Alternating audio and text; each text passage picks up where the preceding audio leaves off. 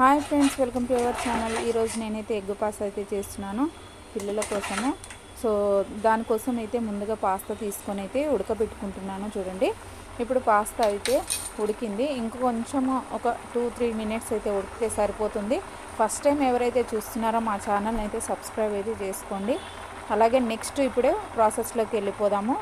ఇప్పుడు ఒక కడాయి అయితే తీసుకొని నేను కొంచెం ఆయిల్ పోసుకొని వేడైన తర్వాత 2 ఎగ్స్ అయితే వేసి ఫ్రై చేసుకుంటున్నాను. చూడండి, ఇట్లా కలుపుతూ ఫ్రై చేసుకోవాలి.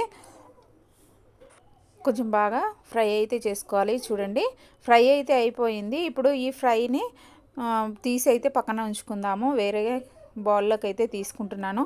ఇది ఎల్లో ఇష్యూగా కనబడుతుంది కదా, ఫ్రై అయితే అయ్యిందండి. లైటింగ్ కోసం అట్లా కనబడుతుంది. ఇప్పుడు మరి కొంచెం ఆయిల్ వేసుకొని దాంట్లోకి ఆనియన్, క్యారెట్ అయితే వేయించుకోవాలి. చూడండి, లైట్ బ్రౌన్ కలర్ వచ్చేదాకా అయితే ఫ్రై చేసుకోవాలి.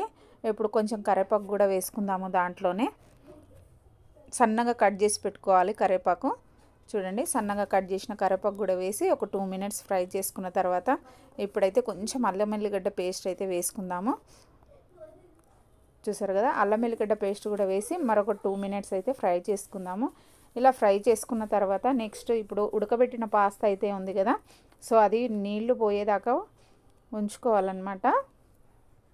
చూసారు కదా, ఇట్లా లైట్ బ్రౌన్ కలర్ అయ్యేదాకా అయితే ఫ్రై చేసుకోవాలి. ఫ్రై చేసుకున్న తర్వాత ఇప్పుడు చూడండి, అయితే పాస్తా అయితే వేస్తున్నాను.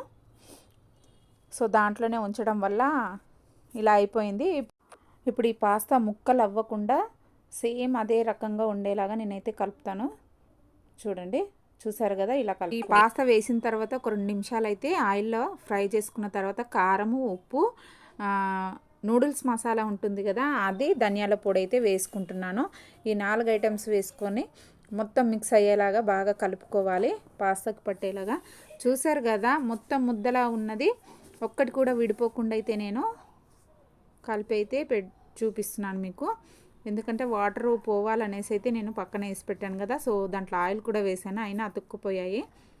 ఇప్పుడు అయితే మొత్తం ఒక 5 మినిట్స్ అట్లా ఫ్రై చేసుకున్న తర్వాత మనం ఏదైతే ఫ్రై చేసి పెట్టుకున్నామో ఎగ్, అది వేసి అయితే కలుపుకోవాలి. చూడండి, పైనుంచి ఎగ్ వేసి ఒక 2 మినిట్స్ ఫ్రై చేసుకుంటే పాస్తా అయితే రెడీ అయిపోయినట్టే. సో ఈ పాస్తా అయితే చాలా టేస్టీగా ఉంటుంది. సో మీరు కూడా ఒకసారి ట్రై అయితే చేయండి.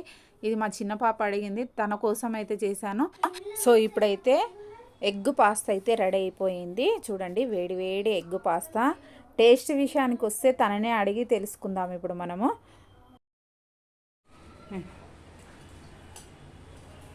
టేస్ట్ చెప్పులకి ఎట్లుందో.